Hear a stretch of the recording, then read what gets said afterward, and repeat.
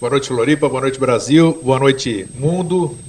Eu sou Eustáquio André Patunas e esse é o programa Vida Inteligente. Você está vendo algo real, realmente nós estamos aqui em Florianópolis, numa temperatura baixíssima, mas como vocês podem ver, estou aqui à vontade nesse calor gostoso que se instala aqui em toda quinta-feira, essa energia gostosa que me sustenta e que nos nutre a todos e que faz com que a gente termine a semana bem e já comece a próxima semana até a nova degustação na próxima quinta-feira. Essa semana nós escolhemos um tema fabuloso, um tema esclarecedor, um tema que vai nos acrescentar muito, vai fazer com que a gente possa pensar um pouquinho a respeito, usar a nossa balancinha do discernimento e, quem sabe, começar a pensar um pouquinho diferente a questão do que nós vamos apresentar hoje. Antes disso, eu queria mandar o nosso cordial abraço a todos os nossos telespectadores, os antigos, os novos, os que virão, os que estão aqui embaixo, os que estão aqui na superfície, os que estão lá em cima, em todos os planos. Isso é maravilhoso, essa família cresce cada dia mais, as notícias que a gente recebe da difusão, da multiplicação de tudo aquilo que a gente fala aqui é realmente gratificante. Só quem sabe sente, ou só quem sente sabe o que eu estou querendo dizer, e eu tenho certeza que vocês também, que fazem parte dessa grande família que nós começamos a constituir em 27 de julho de 2005 e que iniciamos, por incrível coincidência, que não existe coincidência, em 28 de setembro de 2005. Então nós estamos daqui a pouquinho completando 5 anos da data máxima, vamos dizer, desse novo ciclo que começou em 28 de setembro de 2005. Antes de começar o programa, eu até anotei aqui, porque eu sou assim meio de impulso, né? Eu posso passar um tempo sem ler absolutamente nada e de repente eu sinto vontade de ir atrás de determinadas coisas. Essas coisas me dão um trabalhinho, mas eu as acho.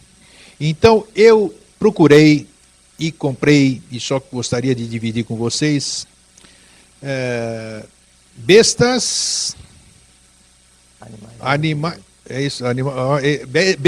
Homens e Deuses. De quem é esse aqui? É do... Animais, Homens e Deuses, do Ossendowski. Ferdinando Ossendowski. Sensacional esse livro, editora Emos, procurem. Bestas, Homens e Deuses. Fala sobre tudo que nós falamos e fala também sobre mundos intraterrenos. O livro que mata a morte, professor Mário Rosso de Luna, um livro que vocês encontram na estante virtual na internet ou nas boas livrarias ainda. Depois você fala? Tá bom. Já. Aqui é gostoso. Recebi ontem o último que eu ainda não li, O Rei do Mundo, de René Guénon. Mas já gostei das 2 primeiras páginas. Que é isso aqui? Tá, de Sevilha a Yucatán também. Esse já é um livro que tem que ser lido com mais calma, do professor Mário Rosso de Luna também, que ele fala sobre a Atlântida, dá indicações sobre a Atlântida, fabuloso. E o terceiro, o que é isso aqui? O que eu escrevo? Eu escrevi pequeno e acabo me perdendo aqui. Coisas de grego neófito. Ah, Missão da Índia na Europa. Obrigado, meu querido irmão. Esse livro me deixou doidinho, se é o termo que a gente pode usar. Esse livro foi escrito por Santivi Dalvedre, e ele faz descrição, não sei se ele foi lá, deve ter ido ou teve autorização para ver algumas coisas em Agartha.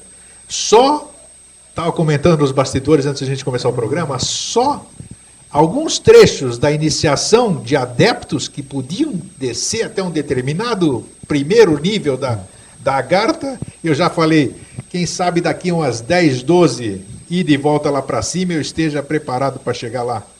Naquelas coisas. É impressionante, mas é bom. Por que eu estou compartilhando isso?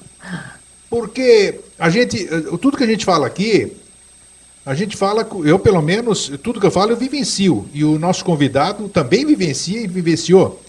Mas é bom a gente ver a vivência de outras pessoas, para que a gente possa trocar isso e sentir. Então, o que Santi Vidalvedre fala na missão da Índia, da Europa na Índia, editora Madras, que você encontra ainda, pode comprar, se você não gostar, eu compro de volta e dou para alguém de presente. É bacana, é fantástico, mostra o que realmente precisamos para ascender ou descer aos mundos inferiores.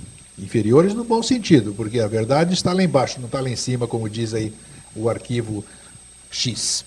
Pois bem, depois ficam reclamando, eu levo bronca aqui dos telespectadores e das pessoas que vêm aqui assistir ao vivo, de que eu falo demais. Mas então vamos entrar no tema. É que eu me empolgo, vou fazer o quê? O tema que nós escolhemos para hoje é julgamento universal. As religiões têm nos subjugado durante todos esses anos, dando-nos medo, né? Sempre desde que a gente nasceu, a religião fala isso, a religião faz isso aqui, senão você vai ser julgado, você vai para o inferno no dia do apocalipse, no dia do juízo. E nós estamos sempre sendo subjugados e querendo que a gente se transforme através dessa submissão, através do medo. E nós resolvemos, o tema se apresentou, a gente usa muito isso. Eu fico pensando, tentando intuir o que vai ser que nós vamos apresentar e de repente aparece. Aparece como você intui, como nós intuímos, aparece o tema que quer ser debatido, quer ser esclarecido. Então eu fiz uma pequena sinopse do que nós vamos apresentar hoje e que todo mundo que está na nossa mala direta recebeu. E assim que eu vou fazer essa abertura e já passo para o nosso convidado de hoje. Julgamento se constitui na parte final de um processo, de uma ação. Representa a colheita, se não a seleção das sementes para a nova semeadura. Se o ser humano nunca tivesse experimentado a ação da liberdade, olha que bonito, jamais poderia ser julgado. Eu vou até repetir, se o ser humano nunca tivesse experimentado a ação da liberdade, jamais poderia ser julgado. A vida de cada homem ou de cada criatura humana é um julgamento permanente.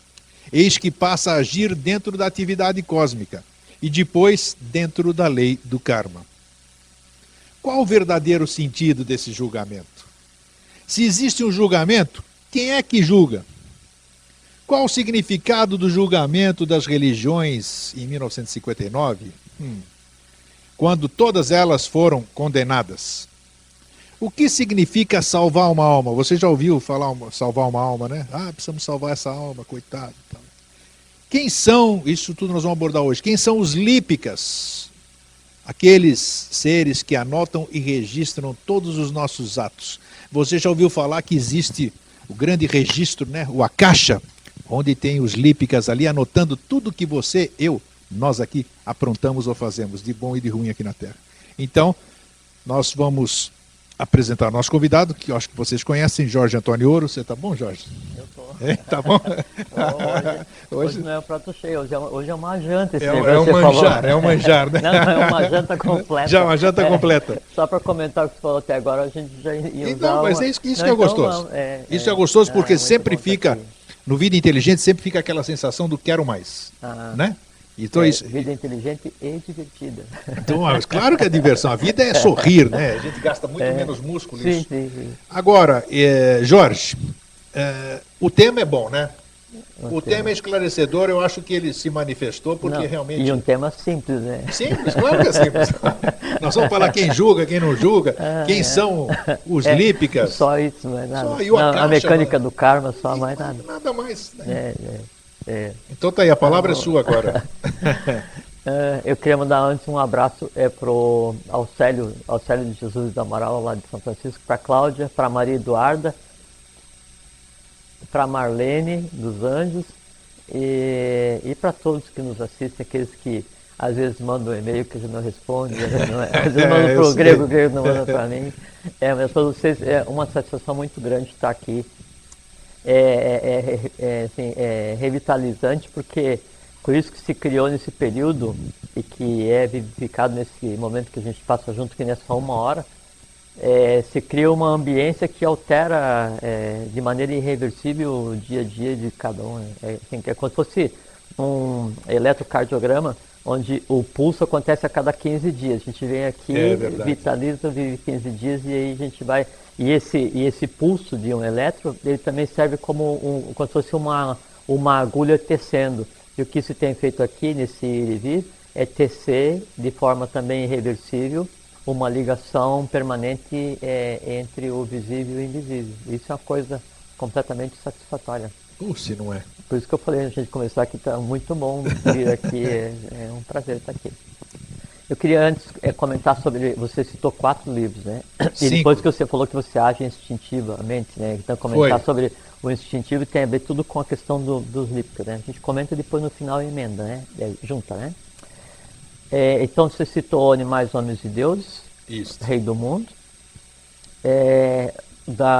Do Mário Rostelluno você citou. O Livro que Mata a Morte. O Livro que Mata a Morte e... De Sevilha a Yucatán. Eu queria comentar, bom, são todos livros, como diz o professor, de grande fôlego, todos eles, né? Puxa vida. Todos eles. Os 2 primeiros falam a respeito do Rei do Mundo, dão uma noção assim, quase como se fosse uma introdução para a realidade dos mundos internos, né?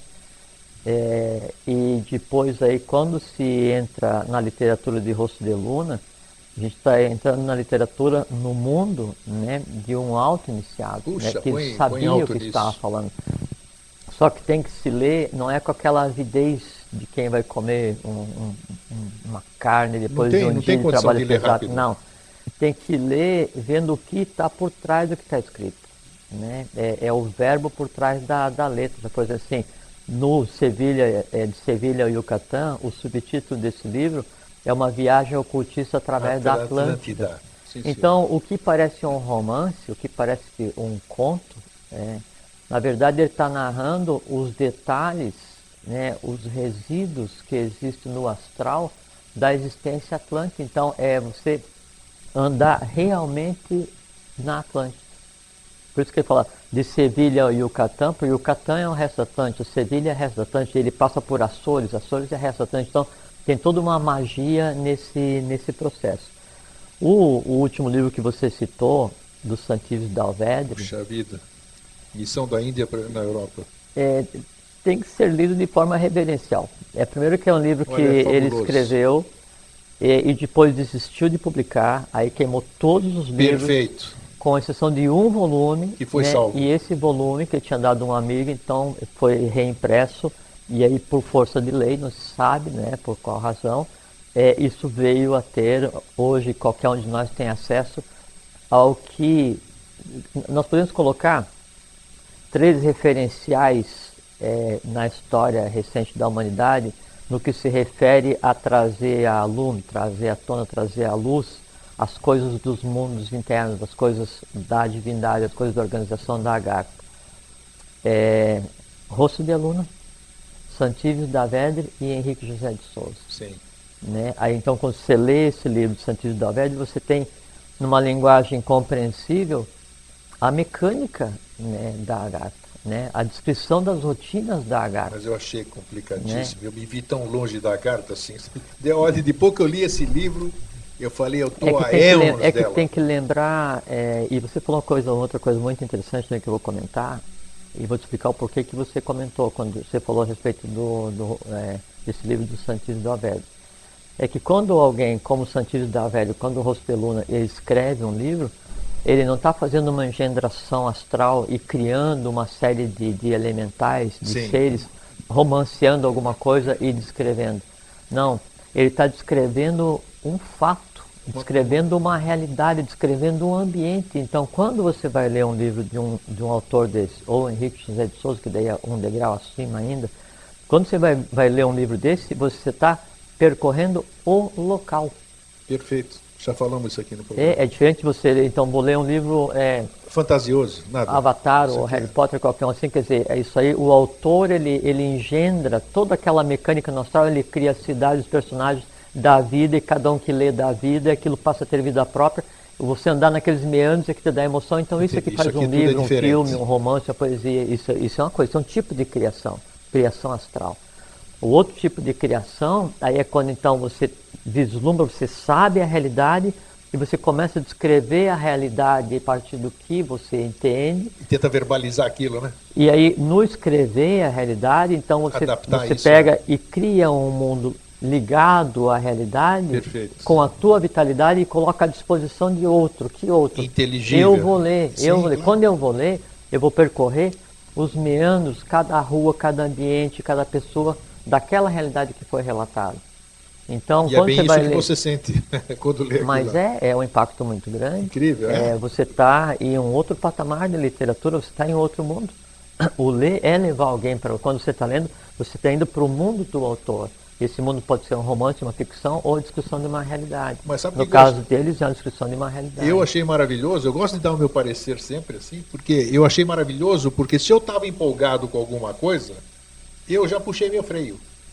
Você Isso, entende o que eu quero sim, dizer? sim. Eu posso achar que já sei muita coisa de lá, que eu estou próximo de Não, lá, qualquer dia eu posso achar uma embocadura. Nossa não, e Senhora! você viu Distante que demais, que eu vi que a coisa é não me diferente. lembrava que isso era narrado ali no Santíssimo, mas independente do grau do adeptado do ser, quer dizer, você tá, a Eras se encontra trabalhando, a Eons ou Eras, como se diz, né?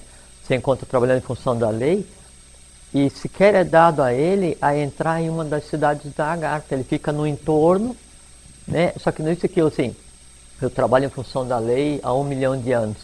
E aí eu desço. E eu não posso entrar na quarta cidade, então vou ficar frustrado. Só que daí a gente tende a analisar esses fatos, como você disse, Sim. né? E ele se usou, não, eu vou viver e voltar várias vezes para ter o direito de... É uma análise humana, né? Com certeza, porque, claro. assim, cada um está onde tem que estar, faz o que tem que fazer, age, né, e pensa baseado na instantaneidade, e não há que assim, eu queria, eu devia, puxa mais isso, puxa mais aquilo. Isso é uma interpretação humana de uma mecânica de lei que é completamente diferenciada. Então, para ver como a questão é rigorosa, e principalmente o seguinte, o quão real é. Né? É que para a gente no Ocidente parece fantasioso, porque todo o conhecimento do Oriente, ele vem em fragmentos, geralmente vem em fragmento romanceado, ou adaptado comercialmente somente para gerar resultados. Sim. Né? Mas isso é um conhecimento tradicional, antigo, que faz parte do dia a dia de milhões e milhões de pessoas, desde antes de se pensar em conceber o que hoje a gente entende como o Ocidente. Né? E tem que ser levado muito a sério. Então são livros realmente recomendáveis. Puxa Né? vida, eu Foram recomendo realmente mesmo, porque ó, recomendáveis. e tá aí, esses daqui eu não posso ficar fazendo cópia nem nada. O que estava digitalizado eu coloco à disposição. Mas esses vocês têm toda a Não, condição isso de adquirir. vale a pena investir. Não E a tenha gente que não dúvida, tem... porque não é leitura de uma vez Não, só, né, e nós Jorge? não estamos vendendo livros Não, e de não, jeito nenhum. a gente está recomendando. Que todo mundo nos pergunta, vocês não têm livro para nos recomendar? E Tá assim, aqui, ó. não são livros, né? São mapas. Mapas, falou tudo.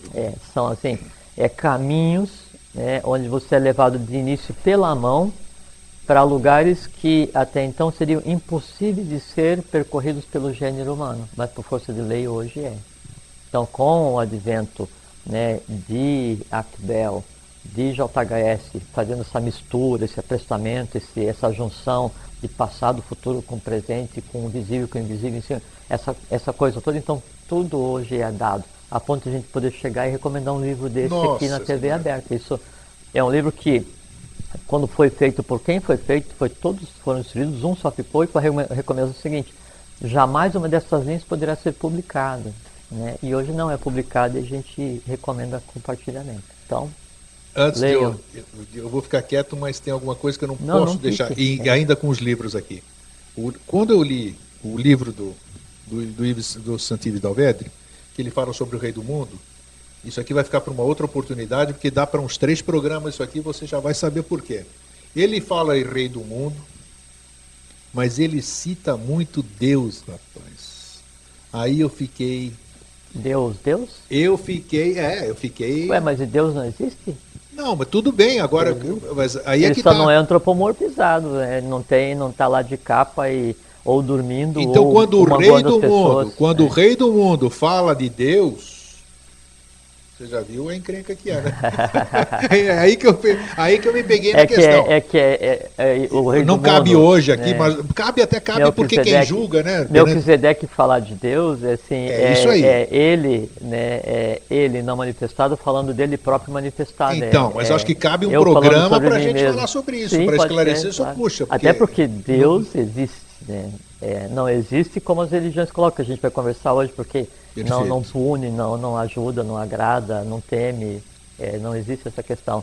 Agora, lógico, é que a ordem das coisas se dá o nome que você queira. Não manifestado, Brahma, Deus, Jeová, Não, mas é bom a gente Buda, esclarecer isso. Krishna. Nós vamos fazer um programa, talvez o próximo vai ser isso aqui. Nós vamos É que esclarecer tem bem. muita coisa. Claro, A claro. questão, a Claro, questão da evolução humana, a história humana real, é uma coisa fantástica. As bibliotecas, absolutamente. né? Nós vamos falar sobre o livro aqui. As bibliotecas estão escritas em Vatan, nenhum ser humano consegue ler. Nós, normal aqui, isso aqui, escritos não sei por quantos anos. Teve gente que viveu aqui uma vida inteira só para escrever algumas páginas lá. É que a diferença é assim, grego. Então tem os idiomas que se conhecem hoje, as escritas que se conhecem hoje, aí você recua, daí você tem o Censor, no qual foi escrito Isso. o QT, onde se tirou lá do Doutrina Dzian, Secreta, né? As instâncias de Dzian. Dzian. Dzian, que é um comentário do QT, aí você recua, você tem a linguagem atlântica, você tem tudo isso e tal.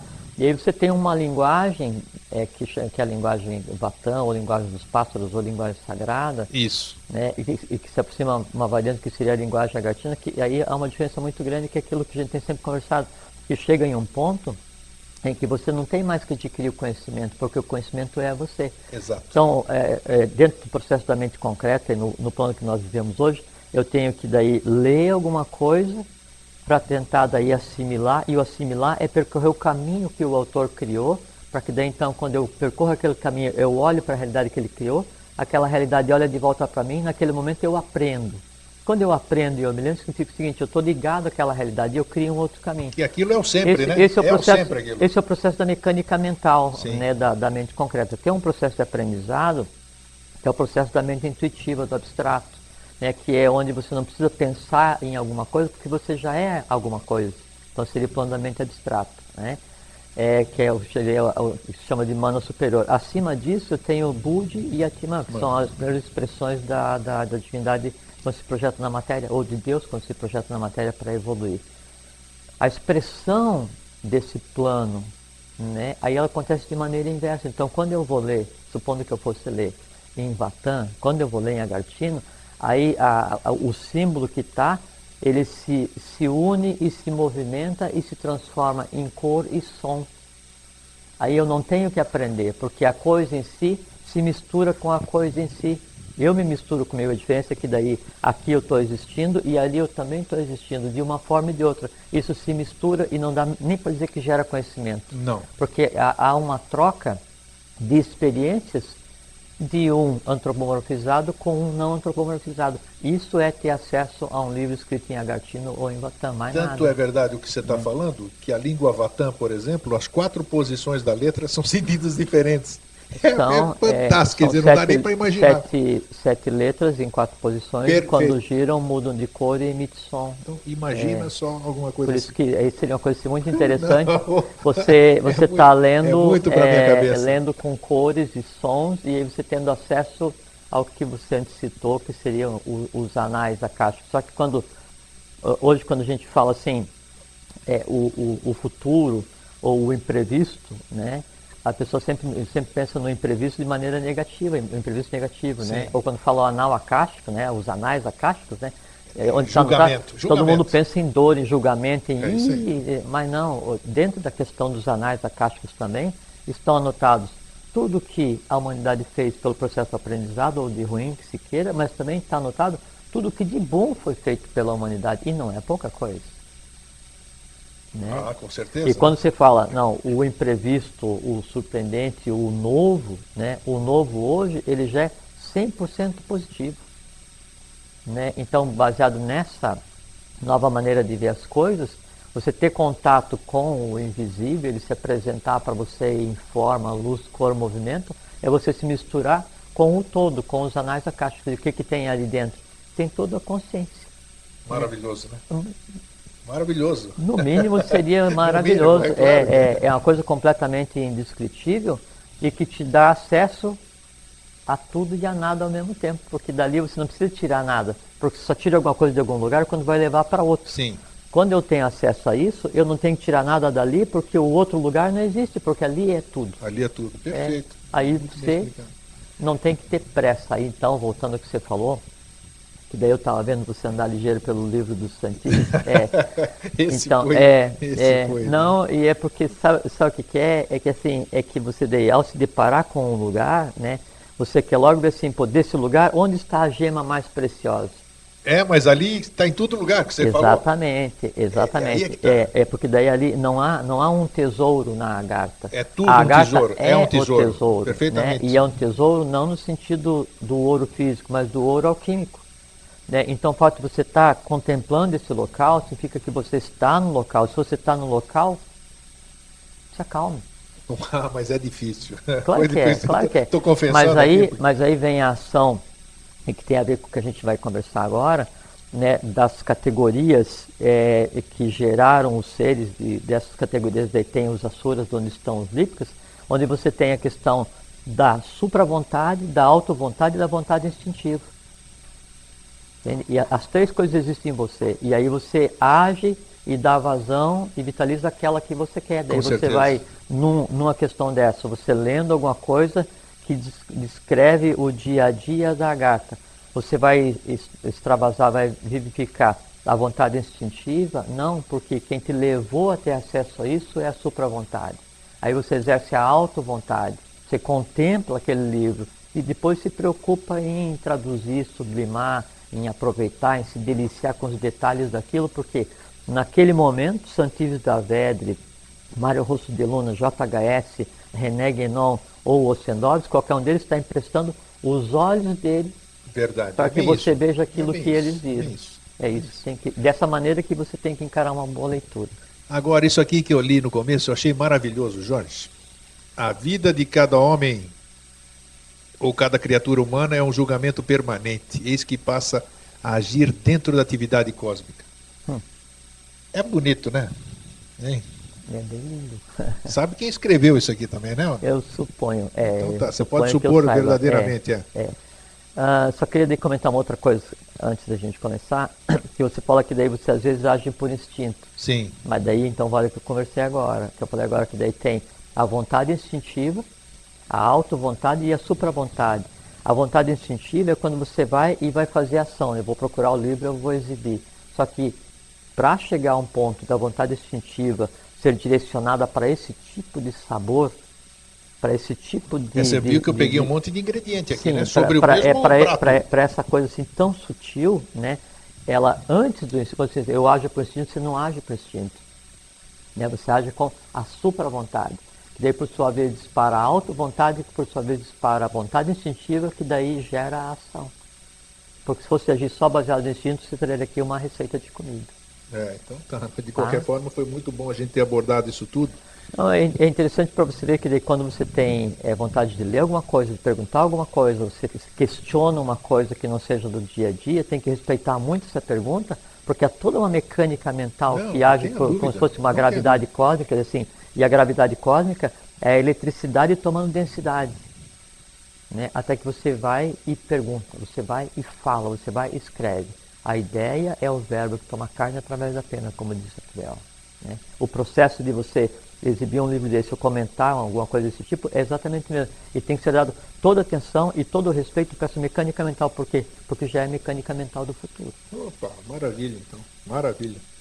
Também acho. Eu acho mesmo. Jorge, julgamento. Palavra, no nosso conhecimento, o conhecimento humano normal, vamos falar assim, é uma palavra pesada. Não deveis julgar, não julgue para não ser julgado. E nós estamos anos e anos e éons aí vivendo sobre esse aspecto. Vamos falar do lado bom do julgamento hoje, o que é o julgamento. Uma vez nós conversamos aqui que daí quando alguém erra, eu tenho que olhar o erro e não a pessoa. Fabuloso. Não é quem está errando, mas o erro em si. O termo julgamento, ele tem que ser aplicado da mesma forma. Eu tenho que julgar o ato em si acontecendo, aquele ser que está se manifestando e não aquele que está servindo de veículo para que esse evento aconteça. Essa é a questão básica do julgamento. Antes de chegar nessa questão daí do individual, nós temos que ver como que a coisa toda se engendra para chegar a nisso que você citou de início, do julgamento das religiões. Isso. Né? O julgamento das religiões aconteceu em 12 de novembro de 1959 e antes disso aconteceu o julgamento cósmico em 21 de março de 56. Sim, houve outros acontecimentos, mas eu me ative a só esse. Mas o que é um julgamento? Julgamento não tem nada de negativo, até porque a questão do negativo é uma interpretação humana de uma opção cósmica para apressar a evolução humana. Aí, a partir disso que se derivou o conceito de bem e mal, né, que a interpretação humana, né, do bem no mal criou o mal no bem, então criou uma inversão e deu isso que a gente quer.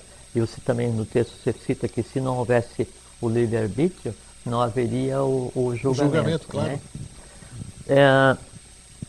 Sempre quando ocorre um sistema de evolução, no final desse período de sistema de evolução, todo ciclo ele tem um final, ocorre um transbordo.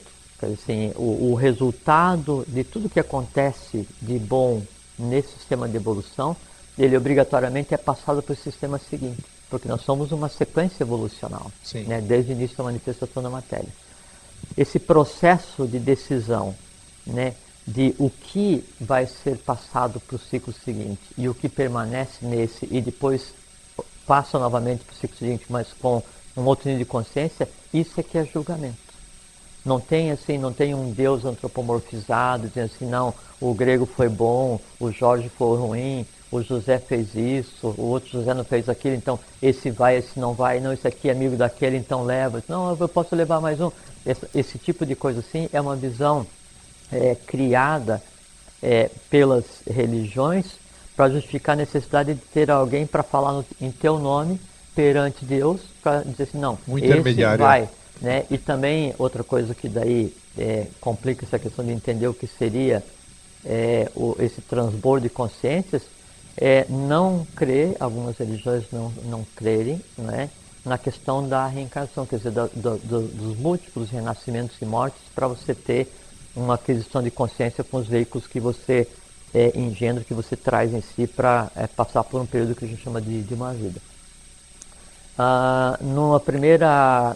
Então nós conversamos aqui já sobre as raças, né, que em cada ciclo tem 7 raças mães, né? Sim. No nosso caso, Bórea, Hiperbórea, Lemuriana, Atlante e a área que a gente está passando agora, né? Depois Bimânica, Tabimânica. No início, numa primeira sub-raça de uma raça mãe, então eu tenho por obrigação de ver no mínimo 91 vezes. Uma vez na 7ª sub-raça, depois 5 na 6ª, depois 9 na 5ª, mínimo, depois 13, 13 na 4ª, mas já vou te falar como é que a gente chega aqui, 13 na 4ª, 17 na 5ª, 21 na 6ª e 25, que seria na 7ª ou na 1ª, tanto faz, isso aí dá 91. O que acontece? Então eu falo assim, também se fala muito, por que eu estou explicando isso? Durante um ciclo eu vou existir 777 vezes, daí depois disso então eu vou estar pronto ou não para passar para o ciclo seguinte. Conversa fiada, né? Então hoje vamos explicar como é que funciona isso. 777 seria um número médio de existências, mas você pode existir 777 mais 91 se você for lerdo, ou menos 91 se você for mais ligeiro um pouquinho, né? No final desse período, desse ciclo, o que você fez de experiência, o que você aprendeu, o que você transmutou de matéria, e o transmutar matéria, eu transmuto matéria, você transmuta, todos vocês transmutam, é o seguinte, é o que eu penso, o que eu sinto, o que eu quero, o que eu aprendo, o que eu leio, onde eu ando, isso é transmutar matéria, isso é preparar, isso é dar consciência para a matéria e energia. Então, isso que foi produzido durante esse período todo, então ele é transmutado, ele é transbordado, ele é transposto para o que seria o sistema evolucional seguinte.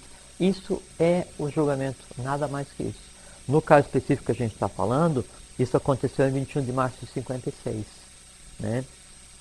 Depois, em 59, em 2 anos de 59, aí vem o julgamento das religiões, mas por quê? Porque as religiões a essa altura já deviam ter se mesclado, se misturado, se miscigenado, da mesma forma como o mundo inteiro se miscigenou no Brasil. Sim. As religiões deviam ter se misturado Oriente e Ocidente, criando o que seria a religião do futuro, que o futuro é hoje. Mas não, por conta de política e por conta de poder, se manteve o que a gente vê hoje. Então, as religiões, do ponto de vista evolucionário, do ponto de vista esotérico, do ponto de vista de evolução de lei, foram consideradas como fora da lei. Então, hoje, as religiões, elas servem de interface, né, forçada entre o ser humano e uma divindade antropomorfizada que não existe. Sim. Não é? Às custas de poder, de dinheiro e de embutir o medo, de embutir a incapacidade no ser humano. E aí, por conta de ter praticado isso o tempo inteiro, elas então são responsáveis por lesa evolução, lesa humanidade e lesa divindade. Quem a julgou, Jorge? Então, quem julgou as religiões e o que significou esse julgamento? Sim, o julgamento então seria isso, porque seria um momento em que as religiões se transformariam da religião poder, da religião finança que é hoje, Sim. no que seria a verdadeira religião, que é a religião sabedoria, que é o religo, religus, religare, que é ligar o homem à sua própria identidade, o seu próprio eu, ligar o humano e o divino. Então, essa é a verdadeira religião. Perfeito, todas é o religare mesmo. Religo, religus, religare, que é ligar o homem a si mesmo. Então, Sim. o homem se contempla, contempla com a própria divindade ou se autocontempla, né? Então, isso é a verdadeira religião, é a religião sabedoria, né? Baseado na Gupta Vidya, que é a tradição secreta. Como isso não aconteceu, as religiões foram consideradas à margem da lei. Até 59, no âmago das religiões, então existiam adeptos, existiam seres de alta hierarquia, havia um esforço para que se despertasse a consciência, para que isso fosse bem encaminhado. Sim. A partir desse período se desistiu desse processo, então por conta própria, né?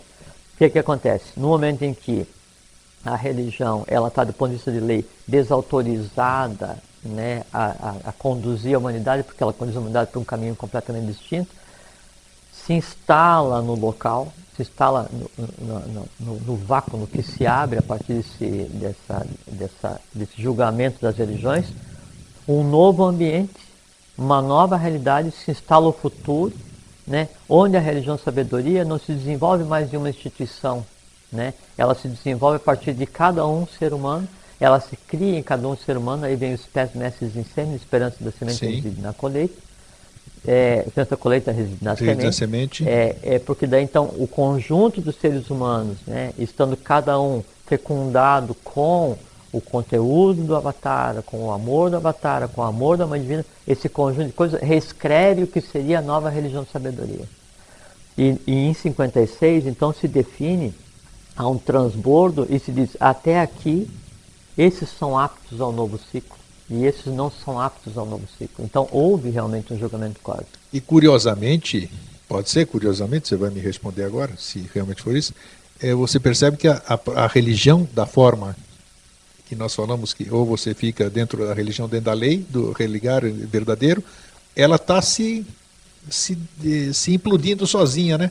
O que tem acontecido, as coisas que têm aparecido em função da religião, isso tem... Todas as religiões, né, Grego? Tem denegrido um pouco a religião em si, né, dessa forma. As religiões todas estiveram sempre ligadas à questão da obtenção e manutenção do poder, da riqueza. Está vindo uma transparência, é isso que eu digo, que é uma transparência que eu acho que por uma mudança de ciclo tudo tem que ser transparente. Né? Exatamente, quer dizer. Então, inclusive essas dores que foram embutidas no âmago das religiões como um todo, elas se exteriorizam para serem resolvidas.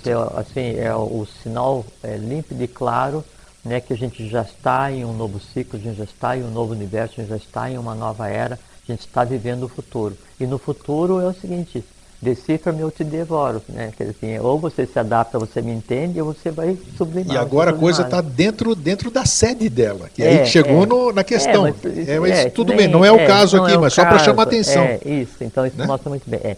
Aí, então, o que é o julgamento e quem julga? Quem julga? That's the question. Então, se diz assim, se o homem não tem consciência, né, tem um ser responsável por ele, e esse analisa tudo o que ele faz. Se o homem tem um pouco mais de consciência, ele tem dois seres responsáveis por ele, e esse analisa tudo o que ele faz e tudo o que ele fala. Se o homem tem mais consciência, aí, então ele tem três seres responsáveis. E aí ele vai analisar e anotar tudo o que ele faz, tudo o que ele fala e tudo o que ele pensa. Se o homem tem mais consciência, são quatro. tudo que ele faz, tudo que ele fala, sabe, tudo que ele pensa e tudo que ele ainda não pensou. Ainda não pensou? Tá, Exatamente. pensei que era o sente. Não, o sente não sente porque daí está lá ligado ao astral. Tá. Quando o homem ele está no que se chama de vereda da iniciação, quer dizer, está imbuído em um caminho, né, onde adquiriu certo conhecimento, que daí está em função e está apto a ser um instrumento da lei, aí você tem 7 criaturas cuidando de cada um ser humano. Não tem nada a ver com os tulcus, não, né? Nada? Não, tá. nada. Quando eu vou iniciar o que seria um ciclo de evolução, uma ronda planetária, né? Eu tenho 7 seres que são os 7 Kumaras. Certo. Tá? Aí tem um 8º Kumara, que é chamado Kumara Rei, né? Mas eu tenho 7 Kumaras. Cada um Kumara vai dirigir uma ronda planetária.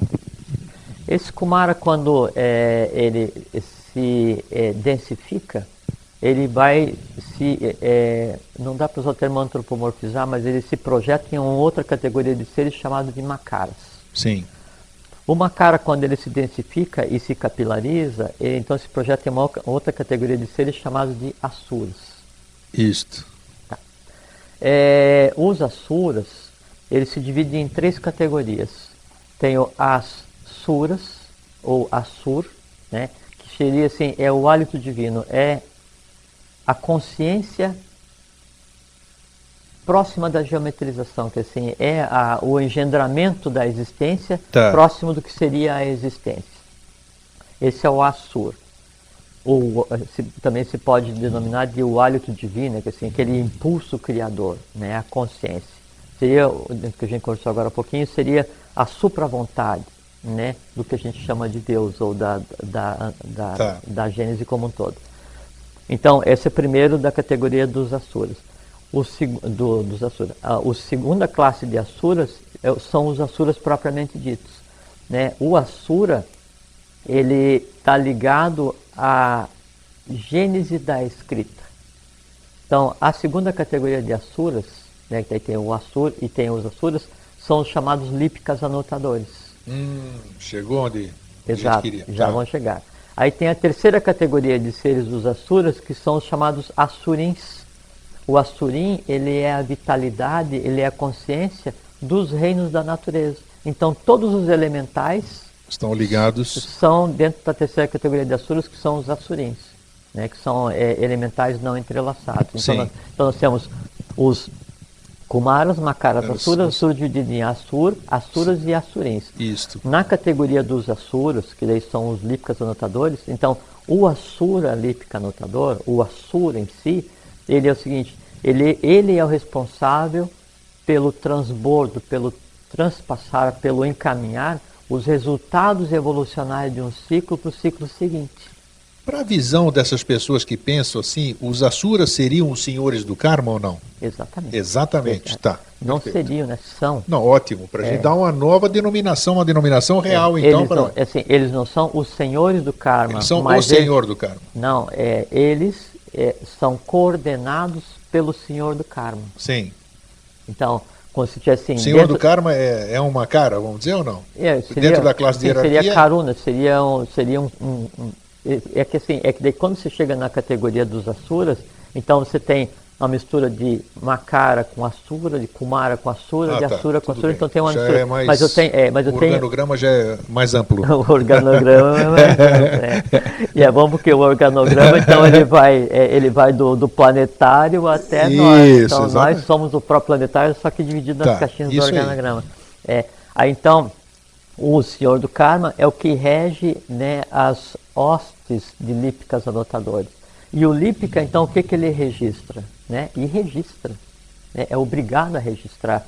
Né? Tudo o que é feito, tudo o que é pensado, tudo o que é falado, tudo o que é pré-pensado, né, pelo gênero humano. Tá, onde é que os lípicas ficam? Vamos posicionar eles? Para não ficar pensando, seu lípica, desculpa o que eu fiz hoje aqui. É aqui sim, né? Lá, olho para cima, olho para cá ou mando a notícia lá para baixo? Como é que é o negócio? Eu te respondo com outra pergunta. Onde pode ficar uma categoria de seres que pode anotar o que você fala, o que você faz, o que você pensa ou o que você antes de pensa? Em mim mesmo, eu acho, né? Não, fica no plano do Akasha. Do Akasha? Que Tá, e fala, onde é que fica o Akasha? por isso que fala os senhores do Akasha, Sim. né? Ou se fala assim, os anéis Akashicos. Sim, sim, Né? sim. Akasha é uma categoria de matéria. Ah, tá. Né? Eu tenho água, terra, ar, E fogo e Akasha. Tá. Né? O Akasha seria o quinto elemento, o elemento mais sutil, o éter. Os senhores do éter, os senhores do Akasha. Tá. Mas não é o éter de hospital, né? O éter é o que nos cerca, é o que preenche o espaço vazio. Né? E lembra que a gente conversou outro dia, na escala da manifestação da matéria, né, do não manifestado para o físico, são só escalas de 7, mais nada. Tá. Né? Então é uma coisa muito simples de compreender. Então, os lípicas anotadores, eles fazem o quê? Anotar realmente o que é feito por todo o gênero humano, mas não é com a intenção de eu vou punir o grego, eu vou privilegiar o Jorge, eu vou fazer isso. Não, não existe isso. Até porque a existência ela nunca vai ser de um para um. O que é anotado pelos lípicas... E por que a necessidade de anotar também, por gentileza? O que é anotado e por que a necessidade é porque é o seguinte, cada vez que eu crio, que eu falo, que eu penso, né, que eu ajo, eu estou criando uma categoria de seres. Né? Eu estou criando experiência, eu estou moldando matéria do físico, do vital, do astral, da mente concretamente abstrata. Então, estou fazendo o quê? Estou transformando o universo.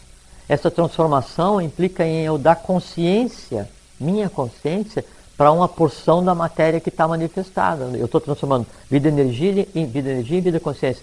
Essa consciência, ela então é depois agrupada e projetada na existência seguinte. Tá. Entende? Por isso que a gente conversou aqui várias vezes que o pensamento que eu tenho, que o sentimento que eu tenho, que o que eu crio mentalmente, né, ele é o quê? Ele é um ser do próximo ciclo evolucional. Eu estou criando seres do futuro. Sabe o que é interessante no que a gente conversa aqui? A gente precisaria de 500 horas para falar isso. Porque, de repente, você dá aquele choque. Você, o Jorge, falando, tudo que você vai falando, nós vamos nos situando, o telespectador, eu aqui, nós vamos pensando em termos de terra, né? Aqui, esse plano, tudo isso aqui. E, de repente, você dá uma abertura, assim como tira a venda e joga tudo isso aqui para o universo, para tudo. Então, realmente, isso aí é bom, essa chamada que você faz, porque eu pelo menos percebo isso, né? Que eu começo a imaginar, que nem acabei de perguntar dos lípicas, né? Fico aqui em cima, lá embaixo, no meio, como é que eu vou falar com eles? Então, estou pensando no micro. E você, muito sutilmente, logo em seguida, você já dá essa visão do macro e dá um choque. Então, isso é bom para a gente parar, para a gente ir se ambientando e se acostumando, de ter essa visão do todo, essa compreensão do todo. Você não pode ter limites. O micro e o macro é uma coisa só. Você não pode separar isso, que eu acho interessante. Eu falei de início, a propósito do que você ia falar agora, que a história humana e o visível e o invisível, né, a realidade, ela é absolutamente fantástica ou fantasticamente linda. Né? E a mecânica é absolutamente simples. É que a gente dá nomes: Asura, Makara, Kumara, Lípica, Anotadora, Assurins, Asuras, e daí vem Agnisvata, Barishadi, né? E aí Jiva, Jivatma. É porque são termos que se usam, geralmente ainda termos em sânscrito, que é a linguagem onde foi primeiro dado esse tipo de conhecimento, para descrever categorias de seres ou partes da mecânica cósmica. Né? Mas a gente não deve ter preocupação em gravar esses nomes, a gente tem que entender, ou pelo menos pré-visualizar, ou nos conectarmos com essa realidade, porque os nomes de tudo isso que a gente está falando, eles obrigatoriamente têm que mudar e assumir nomes, né, da gênese brasileira. Todos os nomes vão ter nomes em português. Por quê? Porque todos esses seres, no momento que a gente vem aqui e conversa, Asur, Asuras, Assurins, Makara, Kumara, Barishadi, Agnisvata, todos esses seres estão adquirindo consciência humana enraizada no local onde está sendo falado, que é aqui. Então todas essas criaturas vão ser, aí usando um termo de religião, né, rebatizadas. Eles têm que assumir um nome não mais ligado ao gênio do idioma no qual eles foram paridos inicialmente, mas ligados ao gênio do idioma no qual foi dado consciência humana a eles, porque todas as hostes invisíveis têm por objetivo máximo a aquisição de consciência humana. Tanto é que já faz mais de uns 15 dias aqui, que eu, por conta própria, eu me recuso a falar em língua portuguesa. escrita, inclusive, já mudou. Eu falo língua brasileira, dona Mas Wanda. é correto. Eu acho que tem que ser assim. É correto. A linguagem brasileira é diferente, é a língua do futuro, a linguagem brasileira. Não, e tem uma coisa muito interessante, que assim, a gente sempre fala em língua sagrada, a gente se refere ao sânscrito, aos hieroglifos, à linguagem atlante, mesmo ao César, ao Vatã, o que seja, né? Daqui para frente, né, na história que se segue, né, a língua sagrada ela vai ter um outro nome, né? Que é a língua brasileira. Brasileiro. O que você fala? Eu falo brasileiro. Até porque, mesmo se não houvesse um outro mérito para a língua brasileira, o que há milhões de méritos, né, até por conta do que aconteceu em solo brasileiro e por conta do que... só fazer um parênteses. Ontem eu vi uma notícia que daí então estão fazendo pesquisas para provar que os primeiros dinossauros se originaram no Brasil.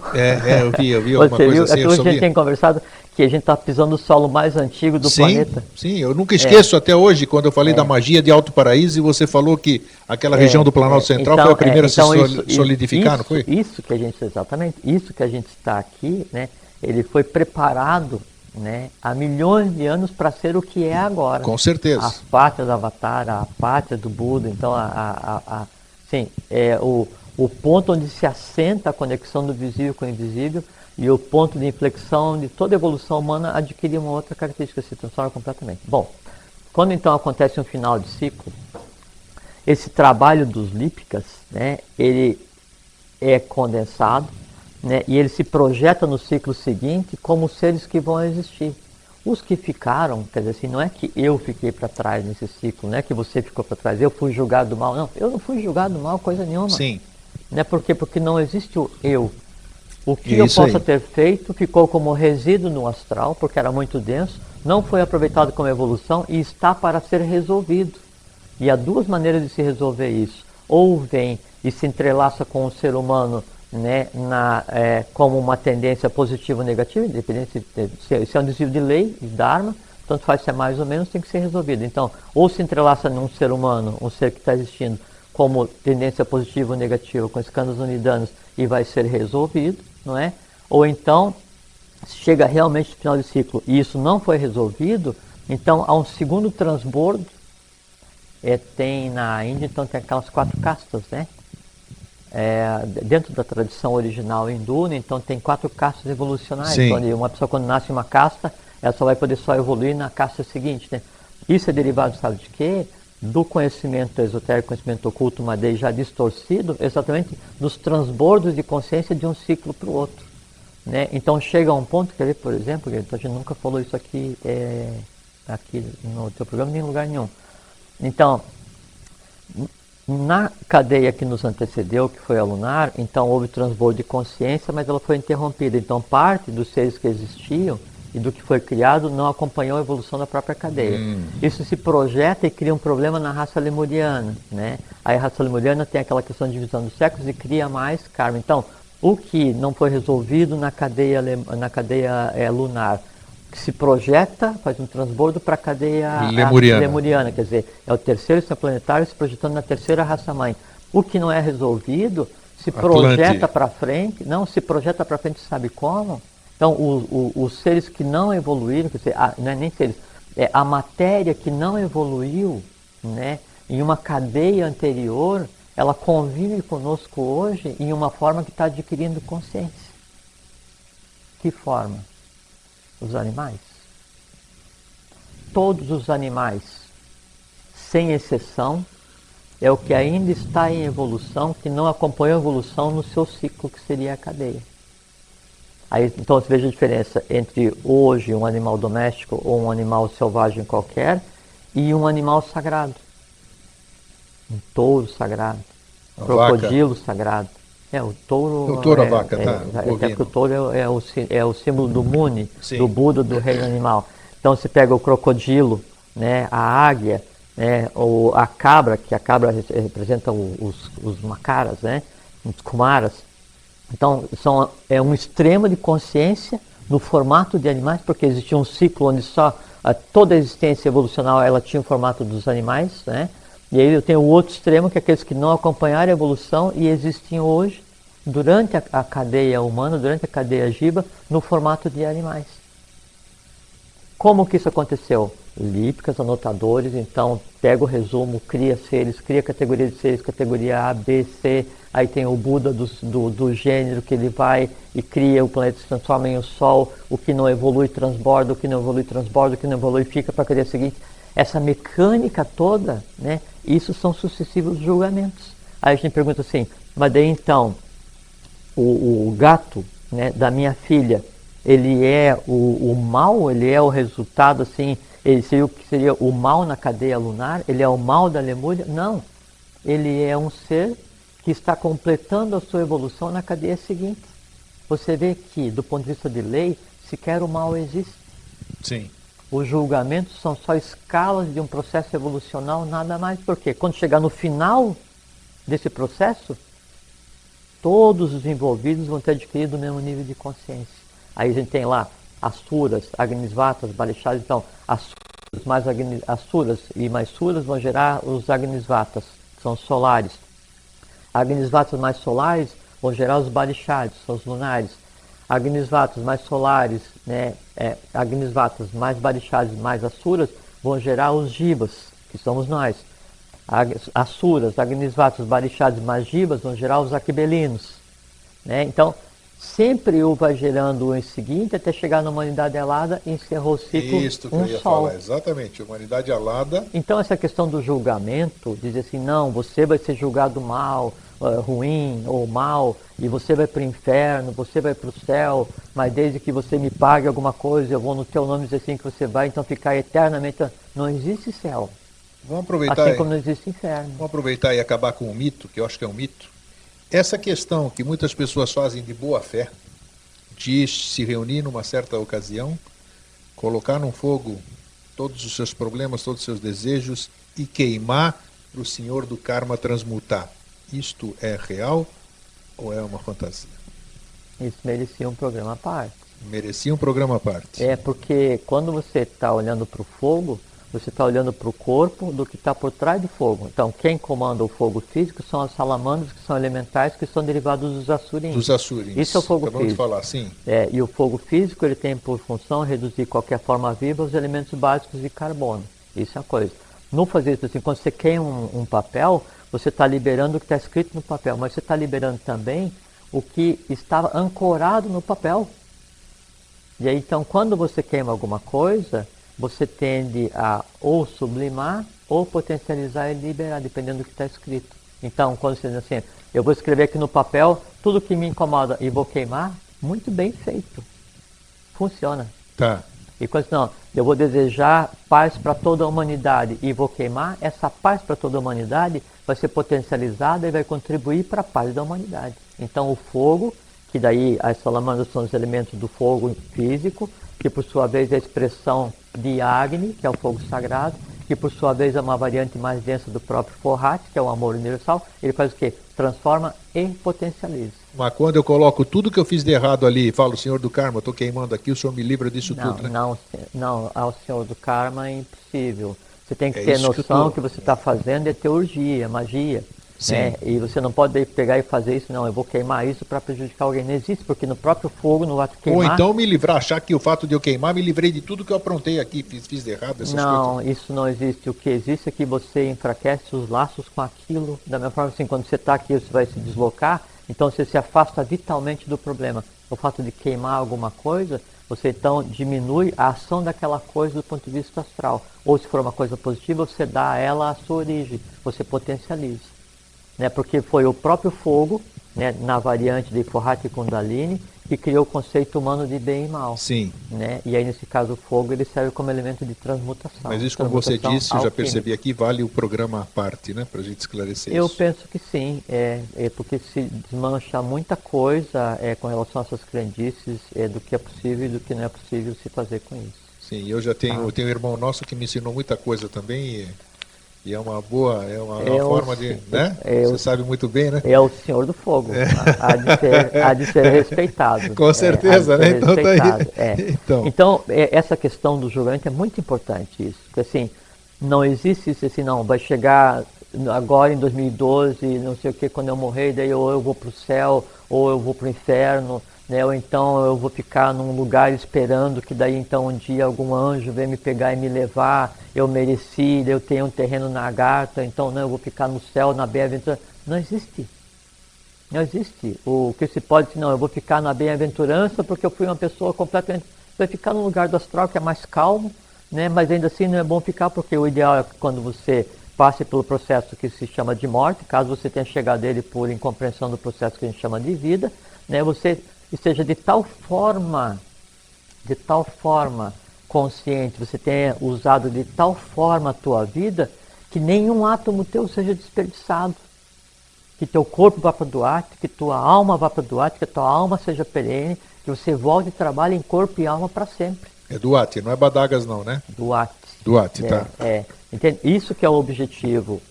Então, você achar que o julgamento ele vai dizer quem é bom, quem é ruim, vai por um fim ou início. Não. O que existe julgamentos são as zonas limítrofes, no qual há transbordo em camadas por processo de evolução. Isso a gente lembrar que nós estamos em um processo onde o próximo universo já foi dado por iniciado, né? Onde toda a questão do saque contra o futuro já foi realizada, onde se mistura o passado com o presente com o futuro, onde se mistura o visível e o invisível, onde vem o Eustáquio Andréa Patunas e recomenda ler um livro de Santíssimo Dalvédio sobre a Agartha, que assim, que mundo Fabuloso. nós vivemos? Que mundo é esse, grego? Esse é um mundo que jamais existiu, que jamais vai existir. E onde o julgamento, por qualquer que seja ele, em qual etapa seja ele da existência humana, ele só tem um aspecto positivo. Por quê? Porque nunca o gênero humano foi tão merecedor, né, como é agora, e a prova é isso que você falou no início do programa. Maravilha. Tá aí, ó. O recado, 1 minuto. Então, agora vocês podem perceber com tudo isso aí que o Jorge falou, e nós que estamos aqui hoje, temos os nossos irmãos aqui conosco, por isso que nós e a lei nos damos bem, né? Ela segue seu curso e nós o dela. Entendeu? Então aí... Agora tem um complemento que é o seguinte, ela segue seu curso e nós o dela, né? E eu faço o curso da própria, porque nós somos instrumentos da lei. Bonito. Então isso aí. Jorge, meu irmão, meu querido irmão, muito obrigado mais uma vez. Obrigado a você, é um prazer sempre vir aqui.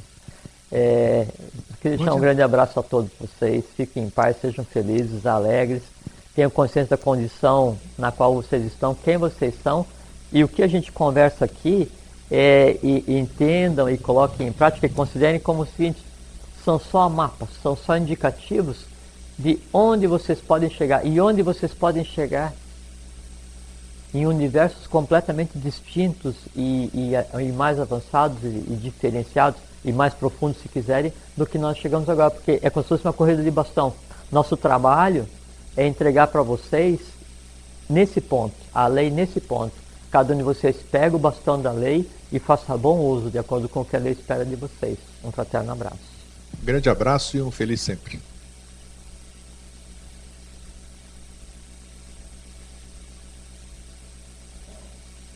Estamos aqui ainda? Então vamos Travou, queriam.